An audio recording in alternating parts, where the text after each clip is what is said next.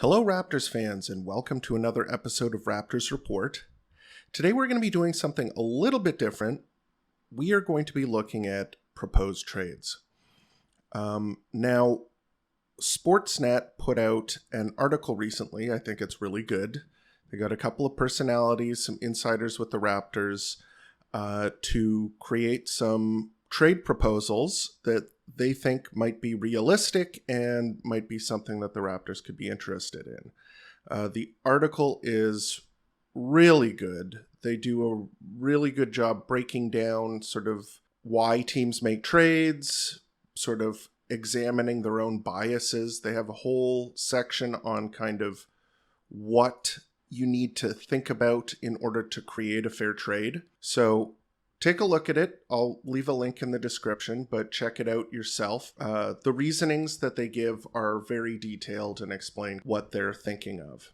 I'm not going to read it out word for word. I'm just going to look at the trades and give you my opinion on them and maybe explain why I think that is. So let's start off.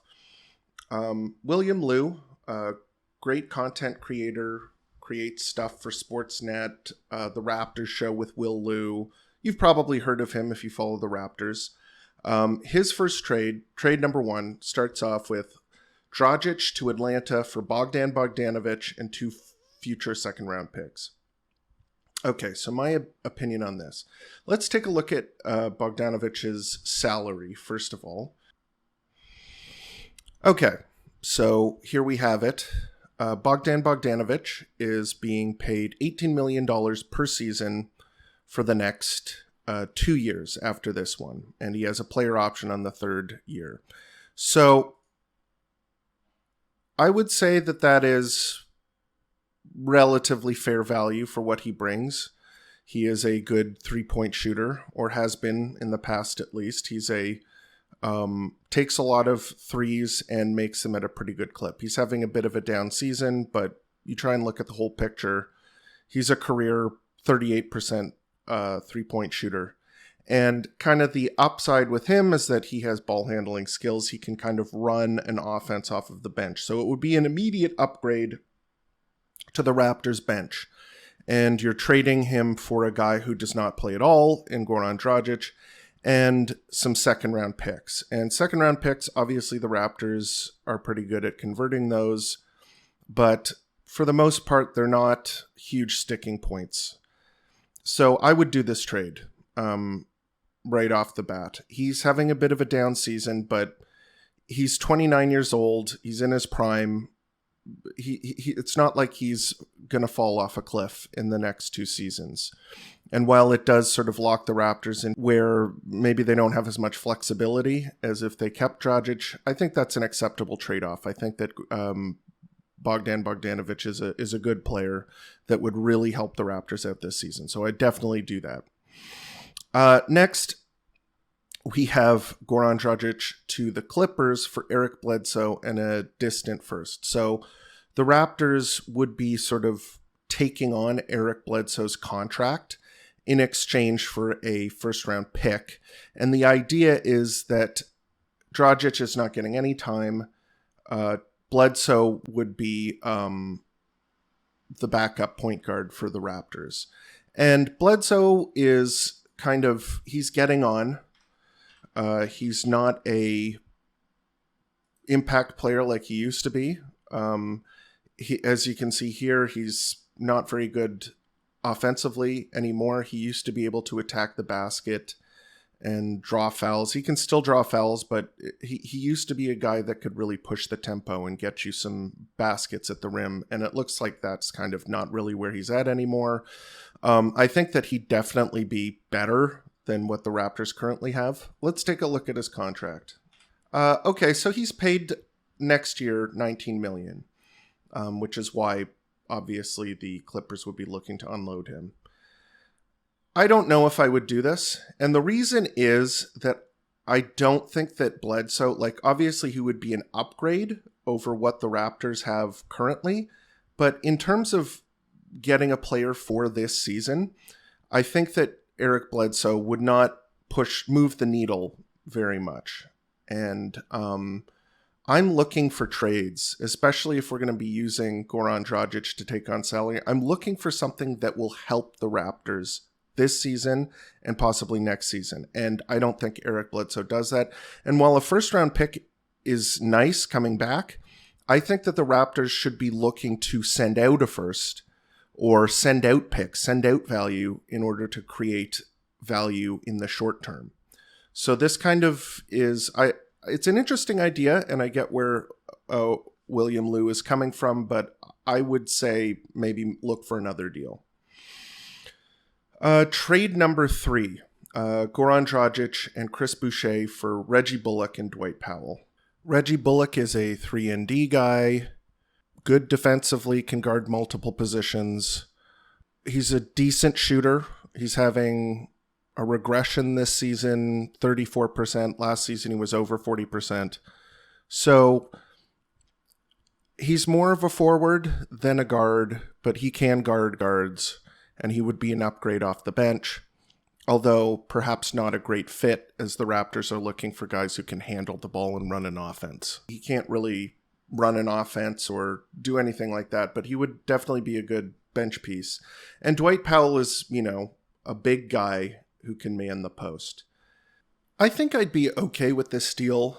I think maybe Boucher, just in a vacuum, is slightly better than Dwight Powell, but the Raptors would be turning Dragic into a useful bench piece in Reggie Bullock. And although Powell's contract runs to next season, I think he's good enough to deserve that. So I would say yes to this deal, but perhaps the Raptors could look for more of an upgrade for this season rather than a side grade to slight upgrade that this deal would represent. And if they need to give up some draft capital, I think they should explore that. Next, we have the first trade from Michael Grange. This one I saw. I like it. Dragic, Achua, Flynn, a top 10 protected 2022 first-round draft pick, and a 2023 second-round pick to San Antonio for Doug McDermott and Jakob Poeltl. So that sounds like the Raptors are giving up quite a bit. And to be honest, they are giving up some quality assets. I like Precious Achua's upside. He's a young guy, 21, 22, very good defender, but definitely requires a lot of seasoning in order to get where he needs to be, especially on offense.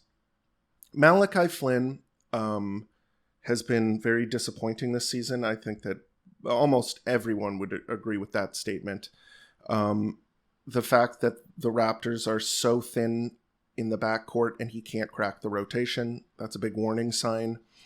Honestly, I think it would be better for both sides to part ways and send him to another team. But because he's not getting very many minutes and the Raptors are so starved at the backup guard spot, I don't think he has a lot of value around the league. I think that any general manager would look at what the Raptors have, what they need, and be like, why isn't this guy getting minutes? Okay, he's not very good. His salary is very small. He's a late first-round pick. It's very team-friendly. It runs a couple more years, but it's like $2 million. You could take a flyer on him.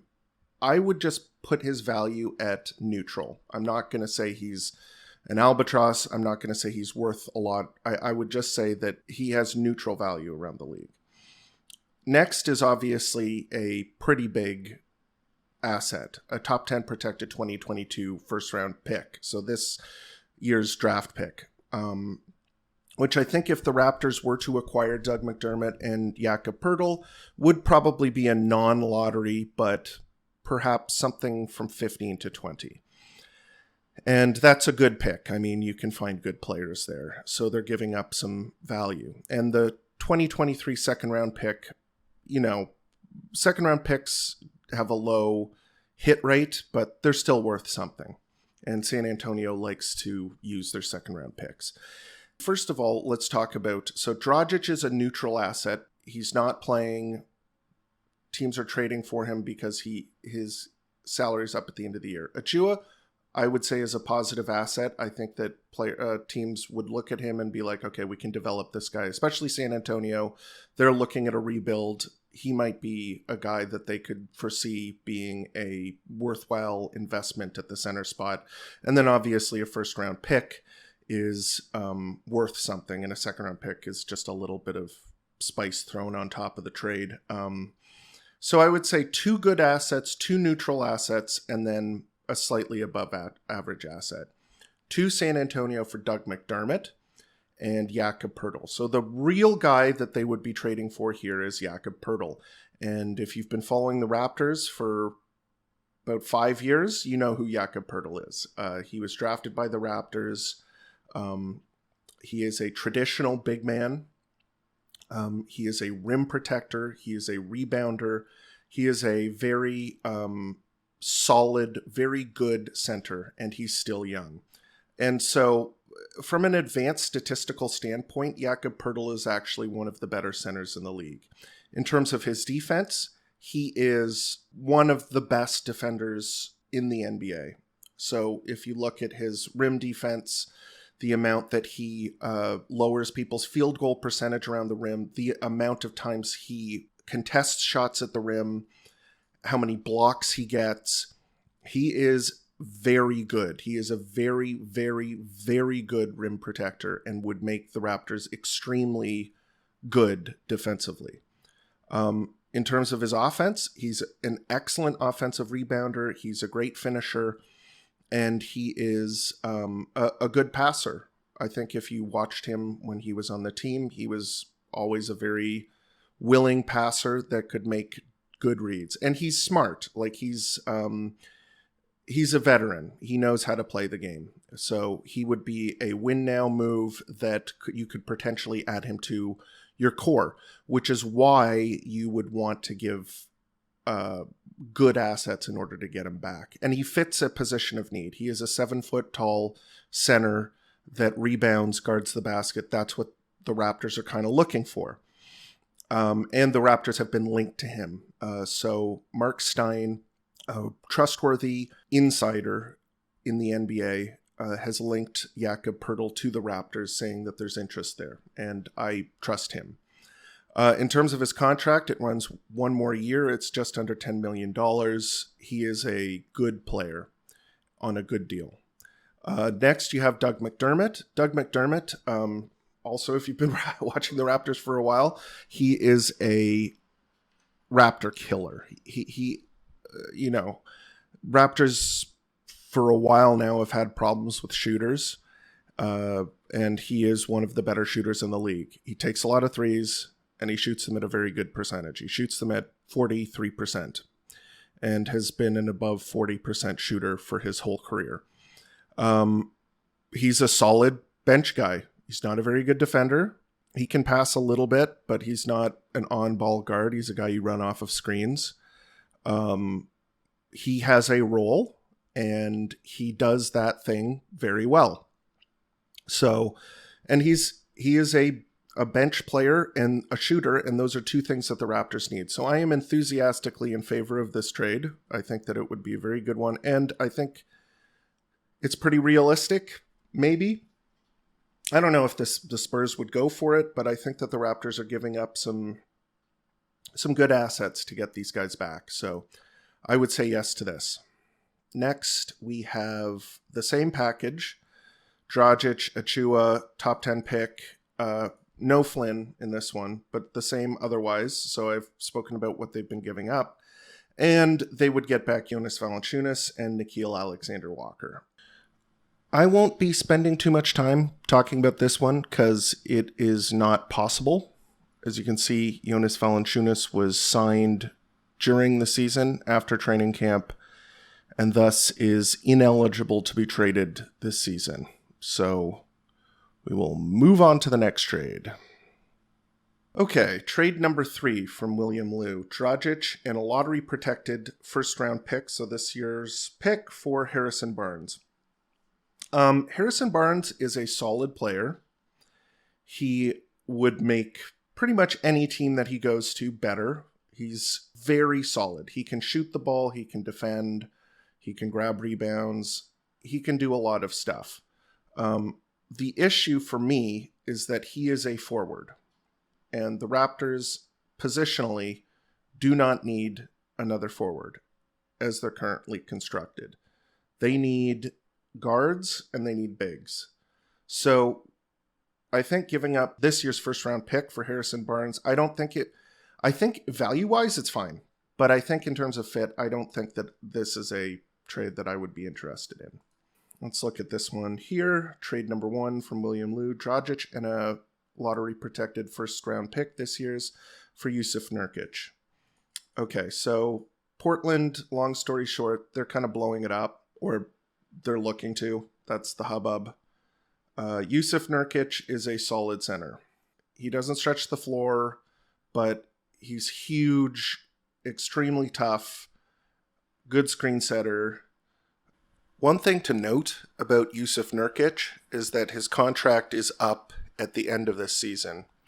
So a deal to acquire Nurkic would largely be predicated upon the fact that the Raptors would be getting his bird rights when they trade for him. And so I'm not sure if giving up a first-round pick is worth doing that, although the Raptors may be fine with paying Nurkic. Although that might be something that, you know, if they were to go below the cap, they could re-sign him using cap space. But if they felt like they wanted to go over the cap this offseason, it might make sense to trade for him. And as I've said before, I think he's a good player. So, you know, take that for what you will. If you were to ask me about this, I do like Jusuf Nurkic, and I think he's a good player that would really help the Raptors this season. But I'm not sure that I'm really comfortable giving up a first-round pick for an impending free agent, even if they did get their bird rights. And if Portland really is rebuilding, perhaps they would take maybe some second-round picks instead of first-round picks. If they're not planning on re-signing him anyway, this could be a way of recouping some value for a guy that is just going to leave. So I would be comfortable with Jusuf Nurkic coming to the Raptors. I'm not sure if I would send out a first-round pick for him. That's my 2 cents on the deal. Okay. Next, we have...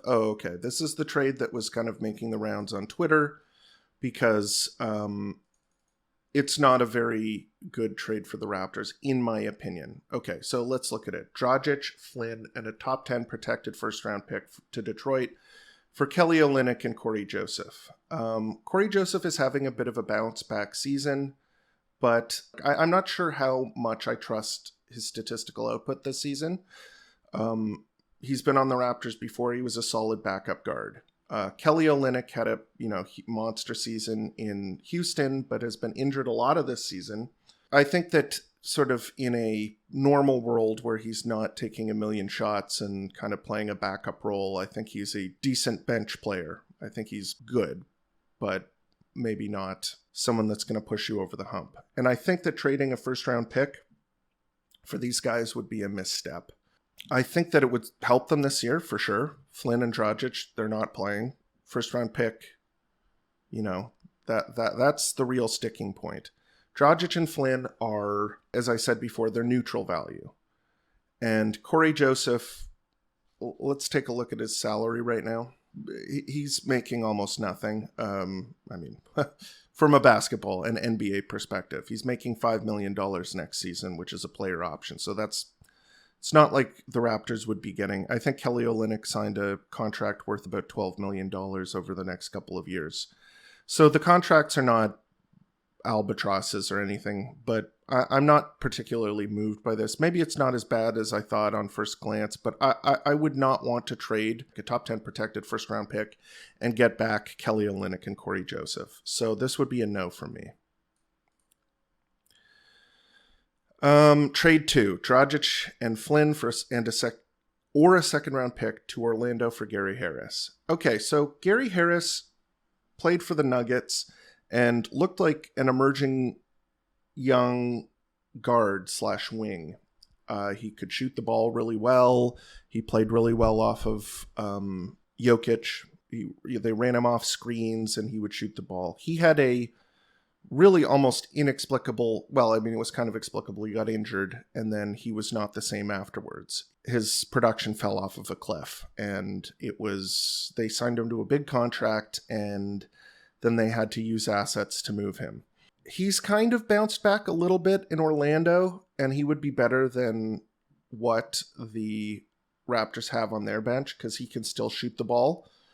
But he's no longer a very good defender, and he's more of an off-ball guard than a on-ball guard, which is kind of what the Raptors are looking for. But from a value perspective, you're giving up two neutral guys for a guy that they could use this season. So I would prefer the Raptors, again, use draft capital to acquire somebody better. But if this was the only thing on the table, I'd probably do it.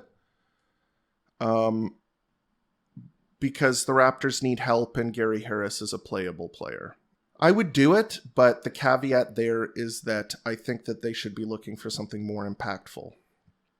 The next trade, Dragic to Washington for Spencer Dinwiddie. Now, if you remember in the offseason, I said that the Raptors should look at signing Spencer Dinwiddie. He came back from a pretty substantial injury, and I thought, hey, why not? The Raptors need rim pressure. They need guys who can draw fouls. Spencer Dinwiddie can certainly still do that, but he's having a pretty poor season, and he's on the outs in Washington. And I don't know, I get it. He can play, and he's a backup guard. If we look at his contract, that's really the sticking point. So yeah, he's being paid $18 million for the next 2 seasons after this one. That's a lot of money. And his production has not reflected kind of what you would expect for that dollar value. As you can see, he's shooting under 40% from the field. He's shooting almost 30% from three. The upside is that he still does draw fouls. Not to the same rate that he did 2 years ago, but he's also getting less playing time. And I don't know if that's somebody you want to be investing that much money in. So I'm just going to say no to this trade. I understand it would help the Raptors this season, and that's kind of what they should be looking for. But I think that if he plays at the level that he does right now, it would be a bad deal. If they traded for him and he were to recover to his older stats, then it would be defensible. But that would be something that the Raptors would need to be banking on, and I don't know if you can do that. So I would say no. Okay, let's look at this from JD Bunkus, who is one of the Sportsnet personalities, who I think is a sports generalist rather than a basketball guy, just like the other guys are.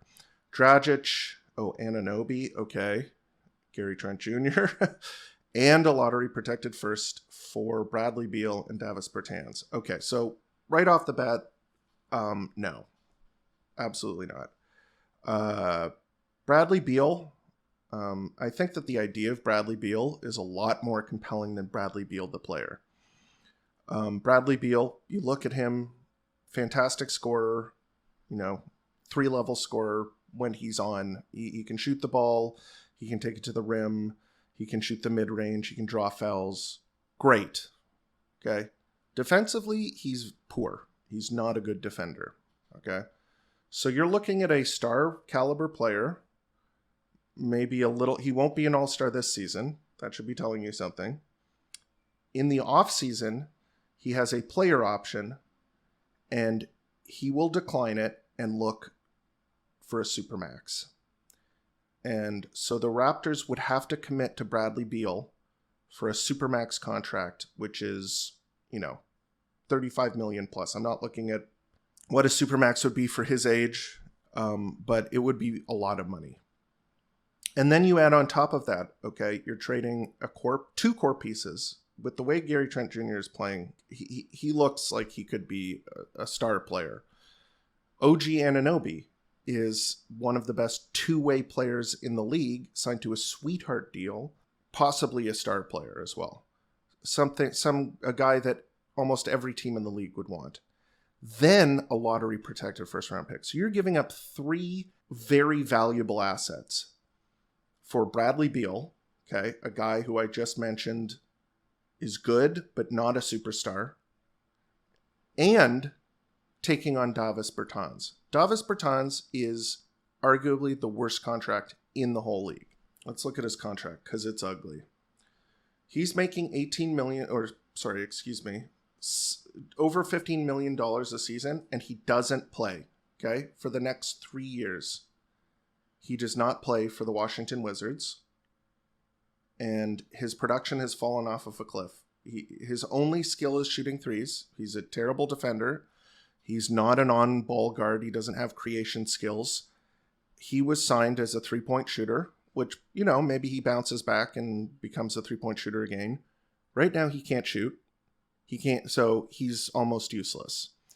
And one of the worst contracts in the league. So this is, right out. This would make the Raptors worse in the short term, and it would make them considerably worse in the long term when you consider the first round pick being given up. So I think that that's quite a poor trade. Next, some framework for Miles Turner, Caris LeVert, or both. I can't really evaluate this because, there's not a outgoing player for either of those two, but I would be okay with either of these guys. I've mentioned in the past that Miles Turner would fit the Raptors very well. He's a excellent rim protector and he can shoot the three. So, he shores up the Raptors in that area. Caris LeVert, I'd be down with Caris LeVert. Indiana wants first round picks for him. They've said that they want 2 first round picks. If I were the Raptors, I would not give up 2 first round picks for Caris LeVert. Caris LeVert is a scorer who doesn't really play a lot of defense. And he can take it to the basket, but he's not a very good shooter. So I would say that he's about an average player. And similar to the Kelly Olynyk and Cory Joseph trade, I don't know how comfortable I would be if I were the Raptors giving up a first round pick for Caris LeVert. For Miles Turner, sure. First round pick. He solves a lot of the issues with the team. He's a young guy, et cetera, et cetera. So that's kind of where I would be with those two. And if I'm not mistaken, that is the end of the trade proposals, at least. If you want to take a look at this article, it's very good. It goes into a lot of depth. It gives you some targets that the Raptors might want to trade for. I think it's great. Written by Blake Murphy with a lot of contributors. So go check it out. Also, if you want to, let me know what you think of the format of this. If you'd like to see more of this kind of content. If you don't like it, that's totally fine. Hit me up on Twitter @Raptors Report. And yeah, I'll see you next time.